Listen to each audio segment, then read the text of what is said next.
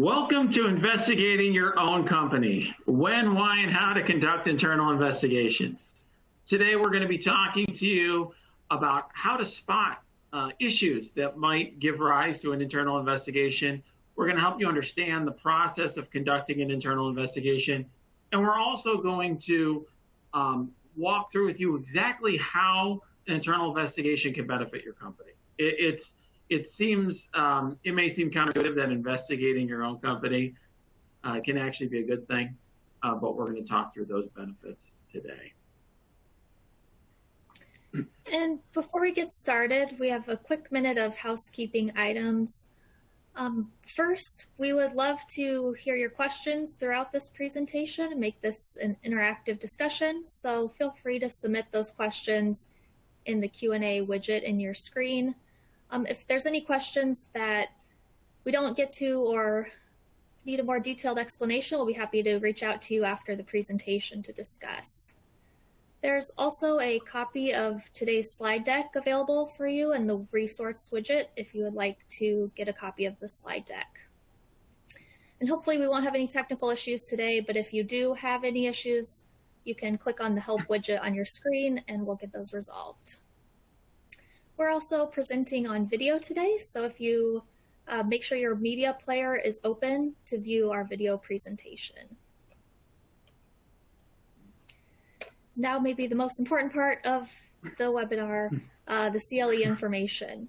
So this webinar is accredited for 1 hour of general CLE in California, 1 hour of general CLE in Illinois, 1.2 hours of general CLE in Missouri, 1 hour of PPPM CLE credit in New York, and 1 hour of general CLE in Texas, which is pending. CLE credit will be awarded based on attendance for the entire 60 minutes. And we don't use the automated pop-up attendance checks anymore. We'll actually display 2 secret words during the course of the presentation, and you'll be asked to select the secret word we give you from a multiple choice poll during the webinar. Please make sure to respond to both secret word polls to get your full credit today.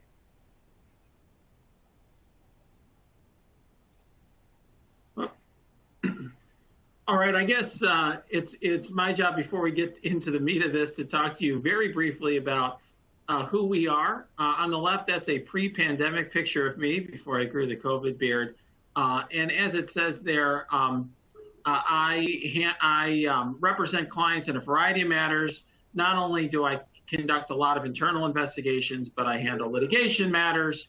I handle all sorts of criminal defense matters as well, because I was a federal prosecutor for almost a decade, and that's where I got a lot of my skill in cut my teeth handling a lot of complex white-collar investigations.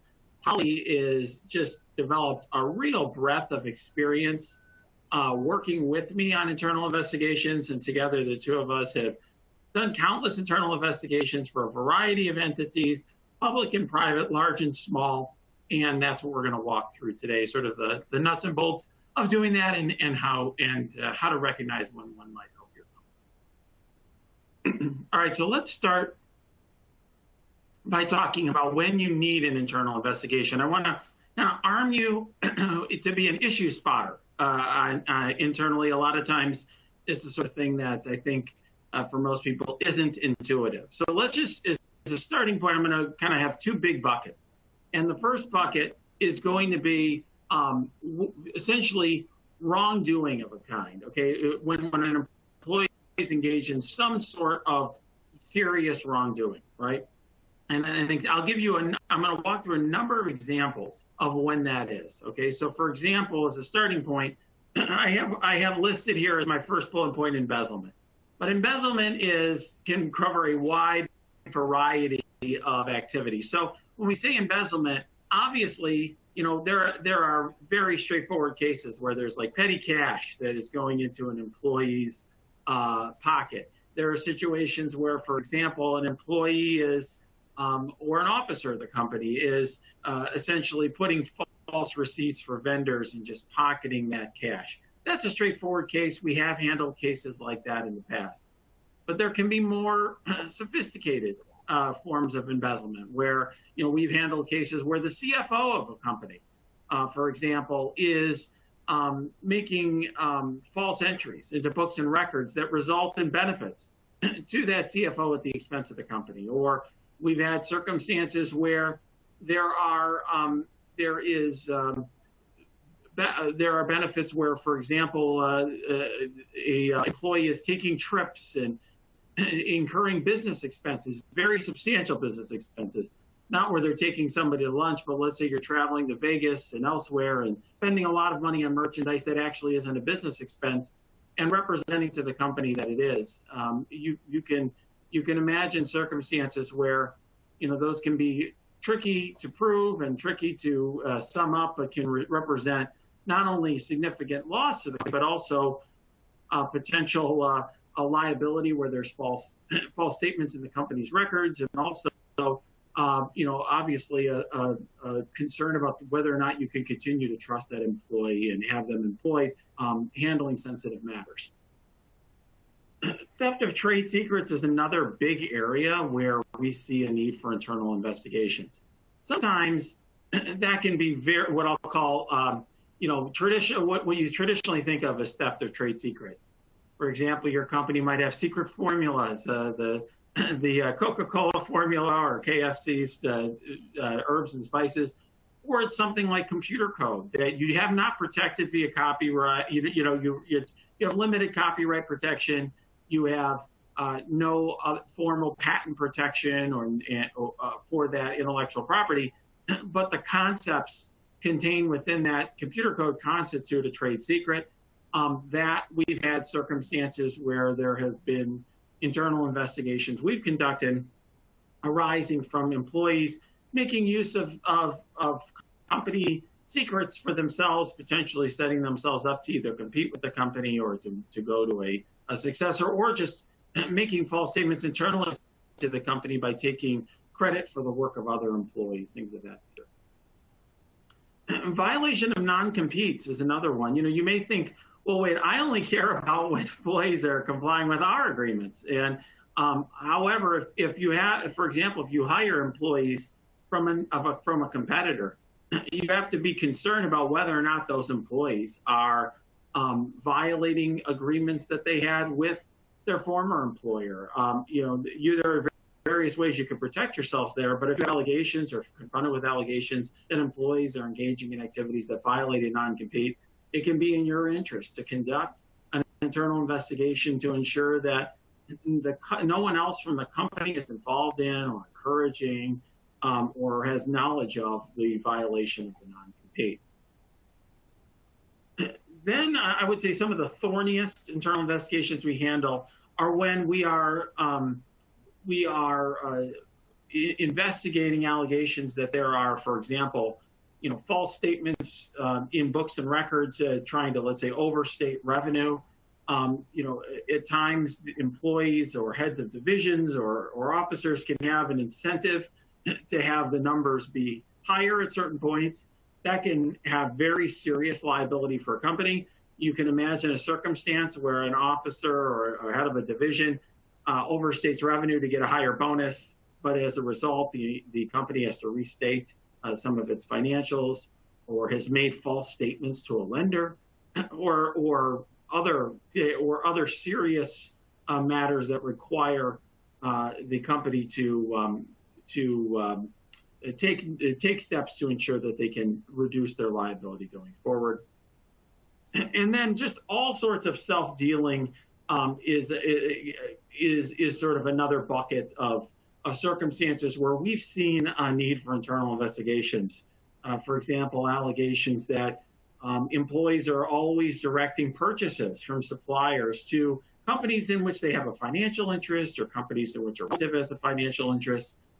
Whenever there's a circumstance where an employee is potentially gaining some advantage at the expense of the company's interest, or just using the company in order to obtain an advantage, whether or not that directly harms the company, that can also be a ripe area for an internal investigation. Now, the second bucket, and is a large bucket of of circumstances is when you or your employee was the subject of a governmental investigation. So if, for example, I should just say as a starting point, you may say, well, wait, Renato, this is obvious. Obviously, we're gonna hire a lawyer if the SEC is investigating us. But first of all, I should just say, even if you don't get a formal notice, let's say you haven't gotten a request for information from the SEC or the DOJ or whatever the entity is, NHTSA or FTC, but you know that there's employees have heard that a whistleblower has come forward, or there are allegations of wrongdoing that could spur an investigation by government, by regulators. It is helpful for you to get out in front of that and conduct your own investigation of the matter before the government does, so you can find out the facts before the government comes knocking and you're on the clock and you have another entity there that is looking at this, an outside entity. The one important thing to remember in this is that you are not your employee. Like, any company is much larger than any employee, whether it's the CEO, CFO, or someone else. Obviously you have shareholders and employees and others that you need to be concerned about. And so if, for example, there are allegations about self-dealing by the CEO or CFO, or an overstatement of revenue, or anything that we listed above, it could often be in the company's interest to find out and get to the bottom of that activity and make a determination of whether or not that activity is defensible, and what the risks of defending that activity would be, and separately, what the benefits or risks would be of actually notifying the government of that activity and distancing the company from that activity. All right. Obviously, an internal investigation acts in conjunction with, and it's part of a defense strategy. So in other words, if you believe that the regulators are coming, the government's coming, government enforcement coming, you're going to want to hire defense attorneys that can handle that. We do that work as well. But you often want an internal investigation running parallel to that or in conjunction with it. Sometimes it's your enforcement lawyers, your defense lawyers who are going to conduct that investigation. We do that sometimes, where we're hired to defend a company that just got an inquiry from the SEC, and we'll investigate the matter before the SEC gets all of our documents and starts interviewing the company's employees. But in other circumstances, we'll actually hire another firm, have another firm conduct an internal investigation. And that firm then can produce their own independent findings, and we can use them as sort of a prop of sorts with the government regulator and say, look, here's this independent investigation, here's what they determined, and we could be the advocates while they are essentially the neutral fact finders. That can often be a benefit in a case like this. Ultimately, the important thing, what I want to get across here is, aside from the instances of employee wrongdoing, when you're concerned about liability or a regulatory investigation, it can be useful to get out in front of this even before you or feel the need to hire defense kits. Okay, and so why conduct an internal investigation? I get this question all the time, and I will just tell you, Holly and I are very practical, and we try to present practical solutions for clients. We're not a hammer. We're not always a hammer seeing everything as a nail. But a lot of times a client will say, well, we think this employee's embezzling money. Why don't you just fire him right now? I mean, we've got this one piece of evidence that's enough to do it, or we don't even need a reason to fire this employee. But there's a real benefit to conducting an internal investigation before you discharge an employee. And in addition to doing so, first of all, doing that creates a record. You have a record of what the wrongdoing was, who engaged in the wrongdoing, and that can ultimately help you later on if you're asserting a claim or defending a later inquiry. For example, you could fire an employee who you believe is, let's say, embezzled money from the company. That employee later could raise a discrimination claim against you, saying that you fired the employee due to their age or disability or some other some other reason, and you haven't conducted an investigation that documents the embezzlement by an employee, for example. Also, that investigation is going to uncover the full extent of the incident. Sometimes you want to just fire an employee thinking that they've stolen $5,000. When you actually investigate the matter, you find out that they've stolen $500,000, which is going to require a different response, whether it's asserting a claim or notifying law enforcement or some other reason. It also at times can determine whether or not other employees are involved, which for business reasons can be very important. If there's somebody at your company that is engaged in wrongdoing, and it turns out that 2 of their fellow employees knew about it and helped to make it succeed or helped them hide the matter from supervisors, that can be really important because you don't want those people working at the company in positions of trust. And it also, as I mentioned earlier, provides an external validator that can be useful if a third party is looking at the matter. In other words, if you conduct your investigation and then later on the SEC says, wait, we think your revenue is overstated, it can be helpful to say to the SEC, well, we already had a law firm investigate this last year. Here's their report on the matter, and you're free to speak to this law firm that conducted that internal investigation.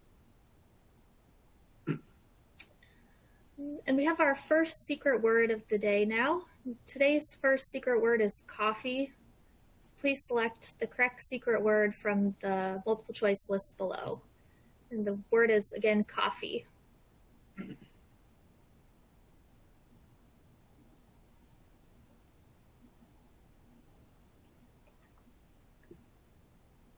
Give everyone a minute to select the secret word.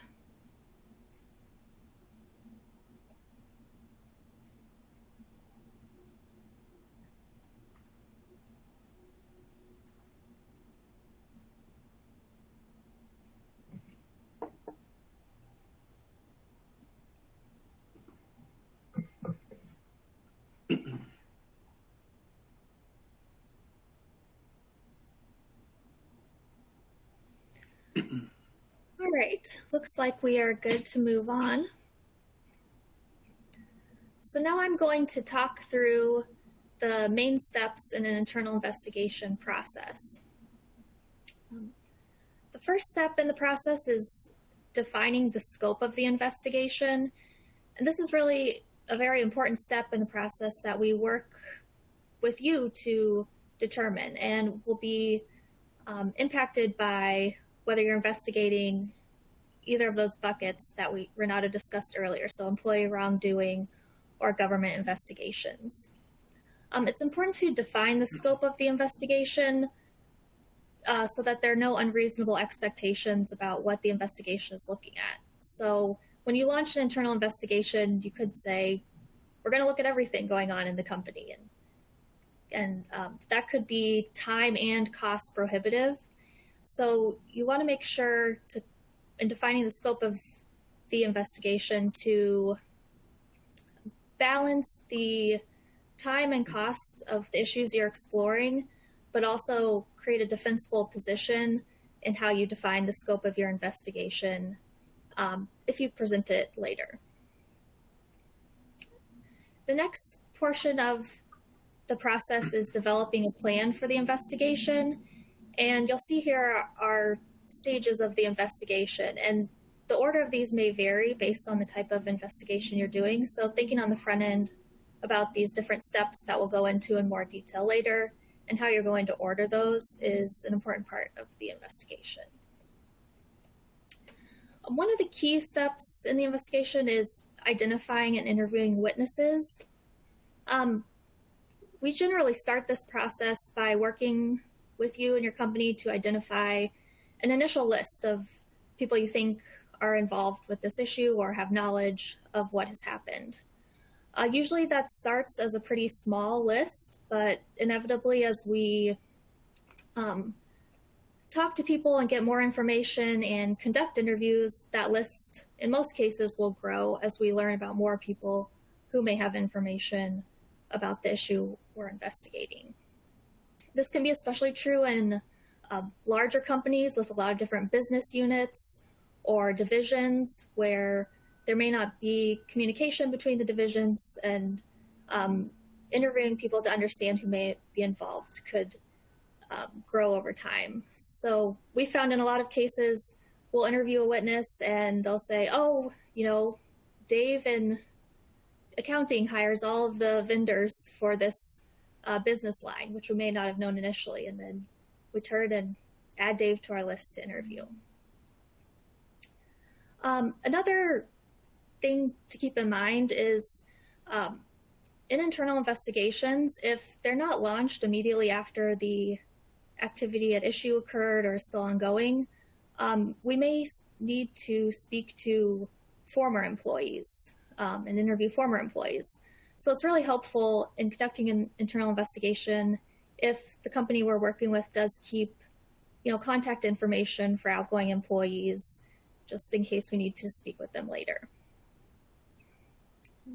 The goal with identifying and interviewing witnesses is to make sure you speak to everyone you need to, so there aren't any questions later that you've explored all of the avenues of potential information and haven't missed a critical person in the interview process.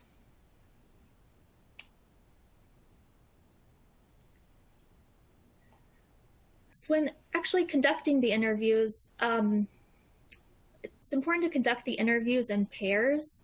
So Renato and I will generally conduct employee interviews together. And essentially that gives you a prover. If the witness you're interviewing disputes later what they said in the interview, then you have that second person who was in the interview to essentially prove up what was said in the interview. Another step in the process is to draft an interview memo shortly after the interview. Usually, since we conduct interviews in pairs, one person will take notes and draft up a memo following the interview of what was said. And this is really important to do shortly after the interview because if you are providing, let's say, information to the government as part of a SEC or FTC investigation, it could be months or even years before you're providing that information to the government. The process can move slowly, so having that memo to refresh your recollection about what was said is very helpful. Also, if you're testifying in court, if the internal investigation ends up in litigation, that again can be years later that that testimony occurs. So having the interview memo is a crucial part. And when conducting employee interviews during this process, it's critical to give them an upjohn warning at the beginning of the interview.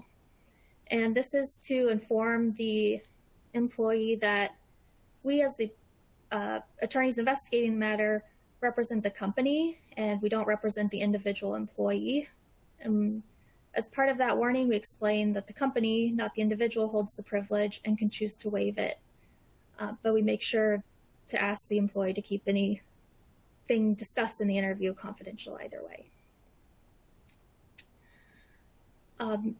And when drafting that interview memo after the interview that I discussed earlier, it's always important to include in that memo that the upjohn warning was given to the employee and the employee's acknowledgement of it so that there aren't any questions down the road that that warning was given. In terms of ordering of the interviews, it can depend on what type of investigation you're conducting and the issues you're looking at. So thinking about that first bucket of types of internal investigations that Renato discussed, if there's an allegation of wrongdoing, you may decide to interview the alleged wrongdoer at the beginning of the process to get their initial reaction or statement about what happened. In other cases, you may actually want to interview that person after you've completed the other steps here, so you've gathered evidence, talked to other employees, so that you can confront the person with the information and evidence you've gathered during the process. And in some cases, you'll do both. You'll speak to them first and get their initial reaction, initial statement, and then come back to them at the end of the investigation once you've gathered information and can ask for explanations regarding what you found during the investigation. And the ordering may be slightly different for investigations in that second bucket of government investigations. So you may interview witnesses early in the investigation to kind of gather information and understand the scope, and then interview witnesses again along the way as you gather more facts. So another phase in the process is gathering facts and evidence. I'll talk about communications in just a second, which can be one of the most important parts of the process. But in many investigations, we'll collect a lot of different types of evidence beyond just communications. So depending on the type of investigation, that may be invoices, financial documents, books and records, phone logs. In some cases, we even image employee devices if the applications they're using or what they're doing on their computer or phone may be relevant to the investigation. And this is one step in the process where the investigators, we work really collaboratively with the company to really understand what types of evidence may be out there. So I'm working with you to understand what maybe chat messages or applications or different places documents are held in the company, if people still keep paper files. All of that is important for us to walk through with the company and understand during the process to make sure we're not missing any key piece of evidence. For example, if the company pays for employee cell phones, we'll want to know that to collect any relevant information from those devices. And another piece to keep in mind here is during an internal investigation, you want to be able to explain what the company doesn't have. So there may be a missing chunk of communications from a certain year. And it's helpful if the company has document retention policies in place to determine if those are automatically deleted on a certain time schedule or if they're missing potentially because the employee deleted them. So having document retention policies in place that are followed can be helpful in these internal investigations. The next step is reviewing communications. Communications can be the most important part of what we look at in an internal investigation. They can jog witnesses' memories and provide revealing information. In some cases, communications will confirm what the witness is saying now and provide kind of another validator for what they're saying at this point. If the communication contradicts what a witness is saying now, those communications can also be useful to provide a window into the thought process or the motivations for that witness at the time.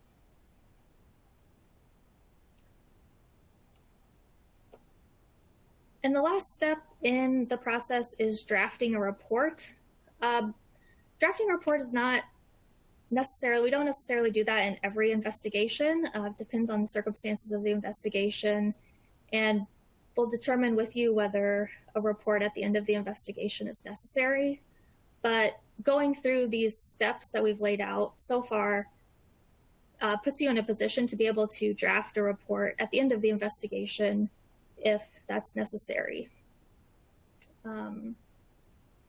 There's kind of two different reasons that you may want a report at the end of the investigation that fall into those two buckets we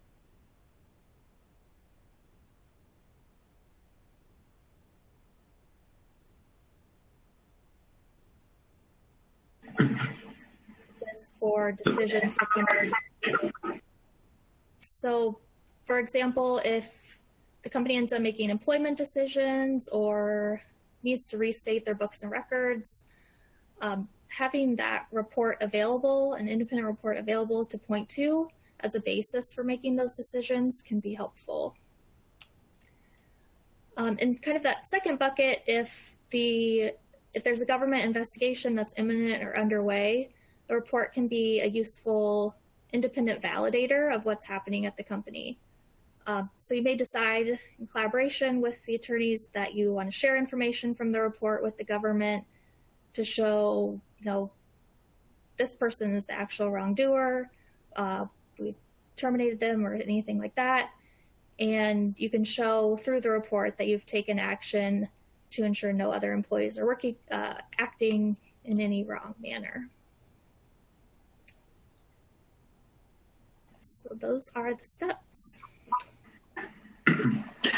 Yeah, and so once you've done, once you've completed the investigation, as Holly laid out in fantastic detail a moment ago, then you're going to have to figure out what do you do with this, right? So we've invested the money, we've spent this time and resources, we've gotten to the bottom of the issue, and whether you have a report or you just have a set of findings that we've determined. What do you do with that? Well, sometimes you can use that internal investigation as the basis of a report to the authorities, whether it's to a regulator, whether it's to some sort of industry body or self-regulatory organization, or potentially to law enforcement if you actually want to report this. That can provide benefits to a company. Obviously, having the government use taxpayer dollars to look into a matter and potentially recover losses can be a benefit. Having that internal investigation makes it a lot easier when you're going to the government. I often am approaching the government on behalf of clients who want the government to look into a matter, and it's much easier when you can hand the government an investigation with essentially a bow wrapped on it for them that is, so here's all the evidence, here's a detailed report, here's all these interview memorandum. All you have to do is take that and run with it versus just making a vague report and asking the government to do all the hard work and heavy lifting. Sometimes the investigation can serve as the basis for a lawsuit. So, for example, if an employee has embezzled millions of dollars, sometimes that investigation can be the basis of a lawsuit, and it gives you a head start on the discovery process and can make it so that the lawsuit can proceed more expeditiously, and often it can result in a quick settlement when the employee's counsel is confronted with a lot of evidence right on the front end, and an internal investigation that potentially can yield statements by the employee that could be used against them. Those of us who are conducting, like Holly and myself, who are conducting internal investigations can sometimes serve as witnesses. And that's another reason why you do this in pairs, because one of the two people, as Holly alluded to earlier, can serve as a witness in a later investigation. It can obviously help you make an employment decisions. Sometimes we're involved in those decisions. In other words, you will want us to, in the course of an interview, communicate that to an employee, and sometimes clients decide to do that on their own. But regardless, it makes your decision much more defensible when it's based on a thorough investigation. Also, as Holly alluded to multiple times, the internal investigation can often result in disclosures to your board, to shareholders, insurers, lenders. If there's ever been a false or misleading statement that's been made as the result of, let's say, wrongdoing by an employee, or a course of conduct, even if it's not wrong, that has led to misstatements, whether inadvertent or not, corrective action can be taken as a result of the internal investigation, using the internal investigation as the basis. And so we can assist you in making sure that you are making those statements and corrective actions in order to reduce your liability going forward. Sometimes the internal investigation is about a subject that's of great public interest. We've all seen in the news discussions of internal investigations, whether it's the Blackhawks employee engaged in sexual harassment, or obviously what happened at Michigan State University, horrible abuse of athletes. The point is, when there is a matter that can be a public concern, an internal investigation can actually be part of a media strategy, a PR strategy, because the internal investigation can be a company's way of ensuring the public that it has examined an issue. Let's say there's allegations about a safety issue in a healthcare company. Conducting an investigation that produces negative results can actually be a positive for a company, because having a law firm conduct an internal investigation, a thorough investigation, and being able to present findings to the public that indicates that allegations are unfounded can be of great value to a company. It also, of course, can help you make strategic decisions. Sometimes our investigations reveal things about competitors or about employees in the marketplace that doesn't necessarily is not really a matter of legal liability one way or the other, but often can help you make good business decisions. And that's ultimately the goal here, is to help you move your own goals forward. And sometimes that can mean doing things better or differently to ensure that questions aren't raised again, even if they are not fully founded. The allegations or the concerns at the beginning of an investigation were not fully founded. So what we're going to do now is we're going to walk through a couple of examples to make what we've been discussing in the abstract much more concrete. And I'm going to just say as a starting point that we take client confidences very, very seriously. So while there's no question that both of these examples have been inspired by various investigations that we've taken part in, these examples are highly anonymized, are sort of a combination of all sorts of different cases and really don't represent any specific case. So you don't need to be concerned that we are spilling someone's secrets here. We are not. So let's just taking a look at an example one. This is what I think falls in that first bucket that I talked about regarding employee wrongdoing.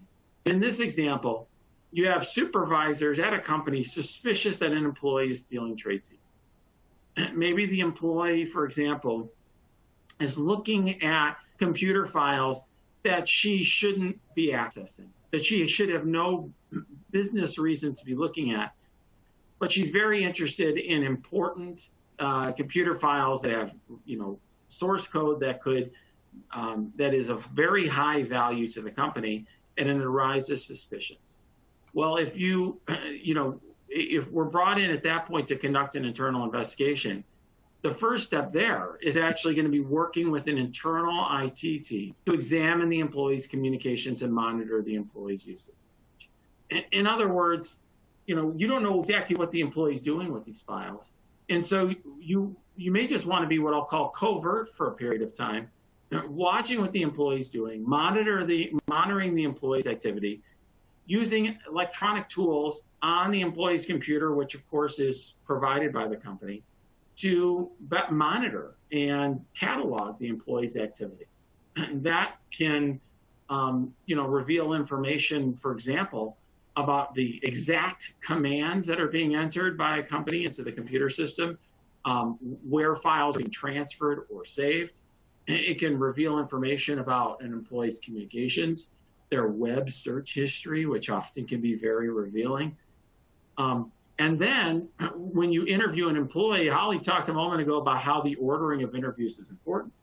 Well, in this example, what we did, let's say, is we looked at all that internal data, from, looking at, let's say, their keystrokes, their commands, their communications, and so on.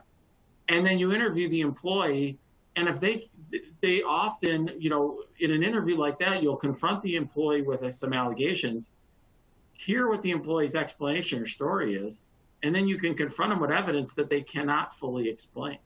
In that circumstance, a company could instruct us to dismiss the employee in the course of the interview, or could dismiss the company days later, have an HR person do it.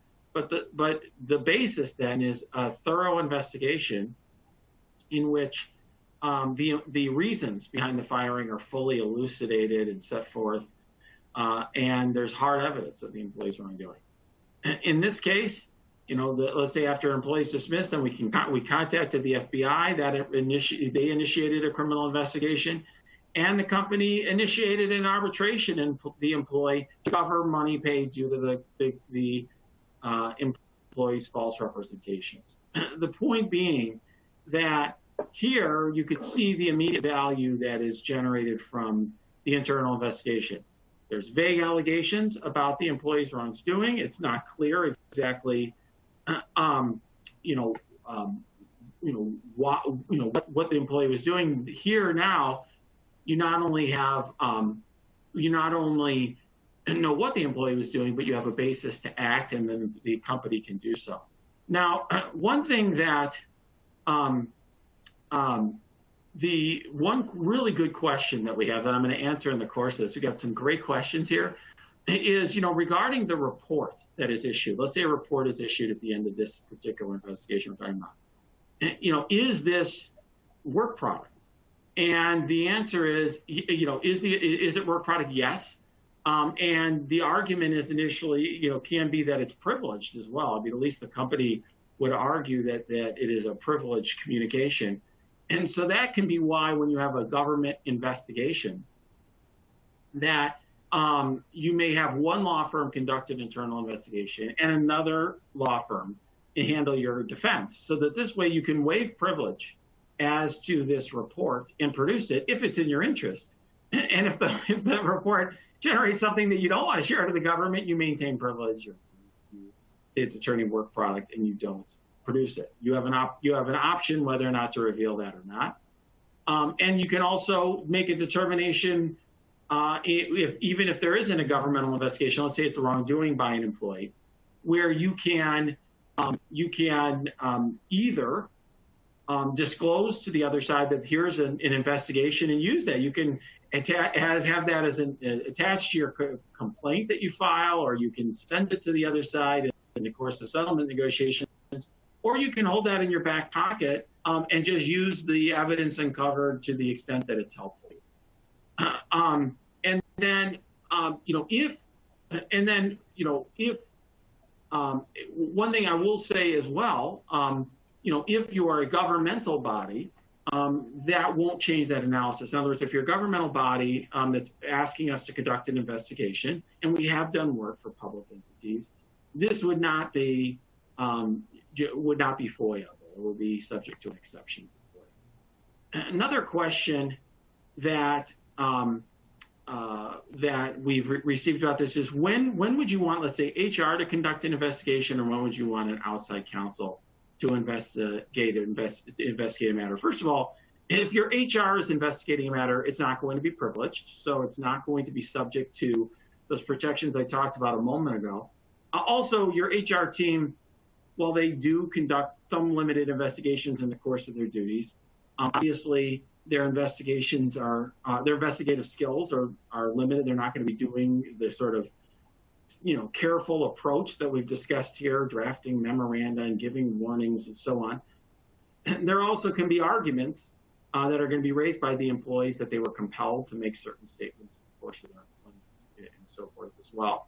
Obviously, you also have a circumstance where in the future, if, for example, the employee disputes what they told HR, HR would then have to testify, which you may or may not want your employee to do. And then there also, of course, is going to be an argument that they're biased. Obviously, so can outside counsel, but it's harder to argue that Holly Campbell is particularly biased about what she saw or heard versus somebody who is the HR manager at the company who fired that employee and is testifying in a suit regarding a wrongful termination. All right, great questions. You can keep them coming. As you can tell, we're checking the questions throughout the presentation, but I'm going to pass this over to Holly to talk about the next example. Thanks. So I'm going to go through an example of an internal investigation in that second bucket we've been discussing of government and regulator investigations. So there are different times you may launch this type of investigation. Obviously, if you get a subpoena or information request from the government and you're aware that you're being looked at by the government, that would be one time where you would launch this type of investigation. But other instances, you may learn about government investigations that are ongoing or imminent from other sources. So you may hear from a vendor or a customer that they received a subpoena from the government asking for information that seems to relate to your company. That would be another time when you may want to launch an internal investigation to get ahead of the government investigation and understand what's going on before you may have to speak to the government. It also allows you to preemptively take corrective action that you can later show the government you've taken. So the example I'm going to walk through is launching an internal investigation in response to an SEC investigation. So in this case, if there's whistleblower allegations, obviously you'd never retaliate against the whistleblower, but you may launch this investigation to get to the bottom of what is going on at the company. So generally, this would relate to accounting issues, and in that case, we would one of your first steps would be to gather and review documents. So you may collect all the financials, gather any policies or procedures that the company has about how they'll recognize revenue, communications with accountants about putting together different financial disclosures, things like that. Next would be, again, interviewing witnesses. So speaking to employees once you've gathered those documents to understand those policies and procedures you've looked at regarding financial accounting, and see if those policies and procedures are being followed, or maybe if they're not, why not, and what circumstances. And this can involve interviewing a variety of different employees, so controllers, accountants, even up to a CFO, things like that. It also may involve conversations with external auditors or other external companies that your company works with in preparing financial documents. And sometimes in this context, the goal isn't necessarily to place blame or, catch someone doing something wrong. It's really just to understand where your company's at and what the issue is, if there is one. And sometimes this investigation can help you understand whether it makes sense for your company to mount an aggressive defense. So if you go through this investigative process and you really don't find any wrongdoing and you don't see what the SEC may be seeing, you may want to mount an aggressive defense. Or if the investigation comes out the other way, conducting this investigation will, let you know if the company needs to maybe reach out to reach a resolution with the SEC. So after interviewing witnesses, you may present your findings to the government. And one of the best results that you could achieve in this process is presenting those findings to the government, and then you may not hear from them for years later, at which point you can conclude that their investigation is closed. So we've had cases where companies have gone about conducting business, turned over management, even sold the company during the course of a governmental investigation, and they don't hear from the government again. And that's really what we're trying to accomplish with these internal investigations, is let your company go on conducting their business, managing the day-to-day, and we handle manage the investigation to find out if there's any wrongdoing. All right, before we move to the next slide, or the secret word, I just want to answer a question that came up from the audience. Another just fantastic question. We're getting a lot of smart questions today. Asking our recommendation on whether or not you'd place employees on paid or unpaid leave during an investigation. I do think that's fact specific. So for example, to use the example that Holly just talked about that's up on the screen, in that circumstance, if the SEC is looking at, let's say they're looking at revenue recognition, you're not going to want to have your entire C-suite on leave while you're investigating whether or not you properly recognize revenue. But if, for example, you have allegations that an employee is engaged in serious wrongdoing, maybe in that case, if a CFO is allegedly embezzling money, it makes a lot of sense to have that employee on leave, and then that will avoid questions later. For example, if the employee is using their access to your computer systems to hide their activity, destroy evidence, to contact others to try to dissuade them from talking, or just continuing to engage in wrongful activity, that can provide protection from you. So I think that's actually the sort of thing that we'll talk to you about up front, like how to handle employees on the front end. And if you do place an employee on leave, obviously that's where you may do an interview on the front end with the employee rather than trying to reveal things late in the game. All right. All right, so now we have our second secret word of the day, and the word is lunch. So please select lunch from the multiple choice lists below. And we'll give everyone a minute to select lunch from the multiple choice list.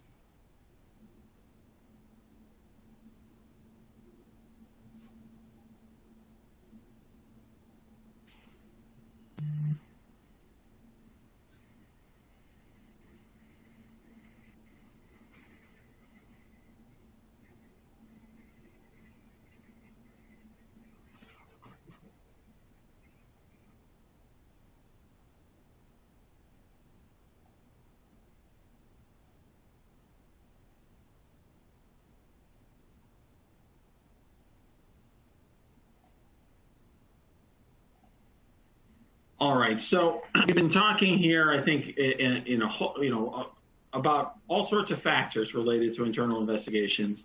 And so this is sort of, I'll call this the takeaway slide. So what is this? What is the bottom line here? What are you supposed to glean from all this? I mean, I think the most important thing is for you to be an issue spotter. All of you, no matter, even if you're in a very large legal department and you have defined responsibilities, there's an element to which you're a generalist, because if you're a lawyer at a company, you're going to have folks coming at you with all sorts of questions all the time, or you care about issues at the company. And it's really important for you to be an issue spotter. And so what we try to do is give you a wide range of potential scenarios that could, give rise to the need for an internal investigation. This is not this is not the answer to every problem that a company has, but it's part of a Swiss Army knife of potential tools that you can use to help deal with a difficult situation. And so, if you come to us, for example, and you're not sure whether or not you need an internal investigation, one thing you can be sure of is that we're not going to just recommend an internal investigation for all matters. Internal investigations are not a one-size-fits-all solution, and they're not the same in every case. So, and that's why Holly talked about the scope of the investigation. Sometimes you'll have a very narrow internal investigation because you pretty much know that an employee engaged in wrongdoing. You just want to document it carefully. Other times it's more wide-ranging. But in either circumstance, it is part of a broader strategy where, for example, if there's a government inquiry, as we discussed previously, it's actually something that fits hand in glove with the defense strategy. It can help inform that strategy. It can be a tool for the defense team to use. At times, it can drive your defense strategy. If the internal investigation determines you've done nothing wrong, you may want to trot out your findings and waive privilege and trot out the findings of your internal investigation to, let's say, the SEC or the FTC or some other regulator. But the important thing to do is you're doing that. You're conducting the internal investigation not in a vacuum, but with a real eye to how this internal investigation is going to benefit the company. And that's the same way if there's potential wrongdoing.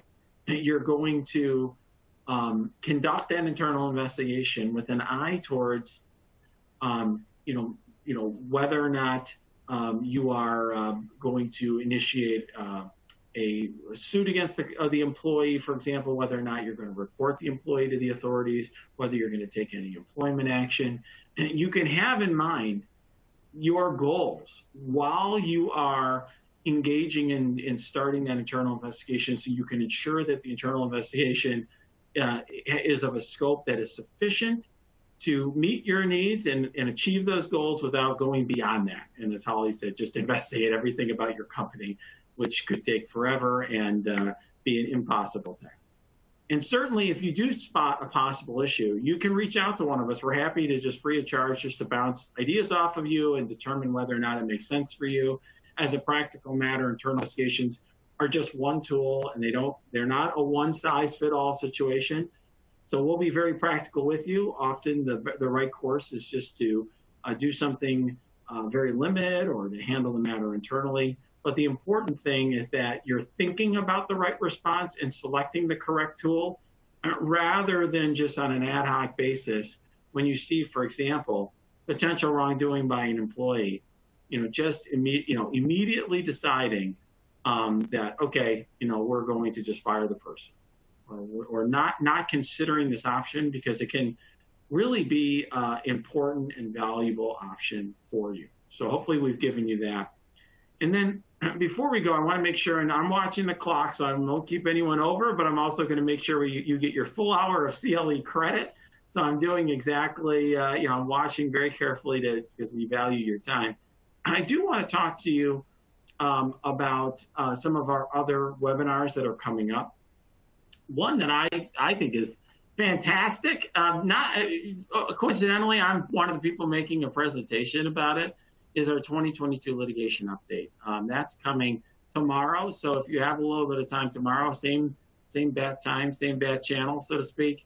There's a webinar that I'm giving with a former justice in the appellate courts in Texas. We're going to be talking about how the pandemic has impacted court cases. We're going to kind of be explaining not only through statistics and things like that. He's going to be talking about what he's been hearing from all of his judge friends about how they're managing those cases. I'm going to talk a lot about how you can use that to your advantage. You can use the backlog. You can use the more recent speed up, the fact that judges are eager to settle cases. You can use that to your advantage sometimes. So we've got that. We've also got a new number of cases that we are going to walk through that are, I think, important for you to keep in mind. We've also got tomorrow afternoon a real all-star group of powerhouse women at our firm, including Val Bomar, who recently joined our firm, just a real powerhouse, a former in-house counsel, a Black woman, just amazing. How to end a business relationship without litigating. We handle a lot of business divorce litigation, and hopefully we can use that to inform you about, and this group's going to use that to inform you about how to avoid those issues. We have a group talking about defending class actions. And also we have an ethics panel. That's probably the most important, right? We're going to get that ethics credit on June 1st. And before I go, I do want to answer an important question that we have. Great question that we got is, can we discuss how in-house counsel should manage through corporate decisions against outside counsel advice? It can be a very difficult issue when outside counsel who are providing, for example, providing advice, and you obviously have to communicate that to your stakeholders internally. I think sometimes an investigation like this can help you make a decision. Often in-house counsel knows what an appropriate decision is. For example, there can be someone in a C-suite who's inflating revenue numbers, and it can be a tricky thing inside the company how to handle that, and being able to wave around a report and having some outside counsel be the bearer of bad news can be helpful. I will tell you that we're very cognizant of the fact when we're conducting an investigation and we're presenting its findings, that we're doing it in a way that actually helps you achieve your goals. We understand sort of the role that a legal department has within a company, and it can be a tricky function. Sometimes the business side sees you as a cost center or telling them what they don't want to hear. I think, though, separately, you really should be thinking on the front end of an engagement when you're hiring outside lawyers, whether you're hiring them for an internal investigation or you're hiring them for just an engagement where you're just seeking their advice about how to deal with the subject, or you're trying to deal with it, whether it's government inquiry or allegations or so-called whistleblower or whatever. You want to talk to them on the front end and make sure that you're hiring an attorney that's going to help you not only get good advice about how you should handle this and to follow to deal with any legal obligations you have, limit liability and so forth, but how, somebody who's going to be practical enough to understand that their advice has to also address how you're going to deal with internal stakeholders, address, for example, particular needs that the company has and particular problems that you have. Often in the course of our investigations, we have to be sensitive to, for example, matters that aren't even part of the scope of the investigation, but can have a broader strategic impact on the company. And so Holly and I will be flagging communications and raising them to internally to make sure that in-house counsel is aware of the issues that are posed by those communications, even if they're not exactly within the scope of our investigation. Well, thank you for all your questions. Thank you for your participation. We've hit the 1 hour mark. Everyone got their full hour of CLE. Thank you for taking part of this. And certainly if you have any questions, you can follow up with either of us. You can go to the website and either Renato Mariotti is my name, Holly Campbell. We're happy to speak with you and answer questions and just continue the conversation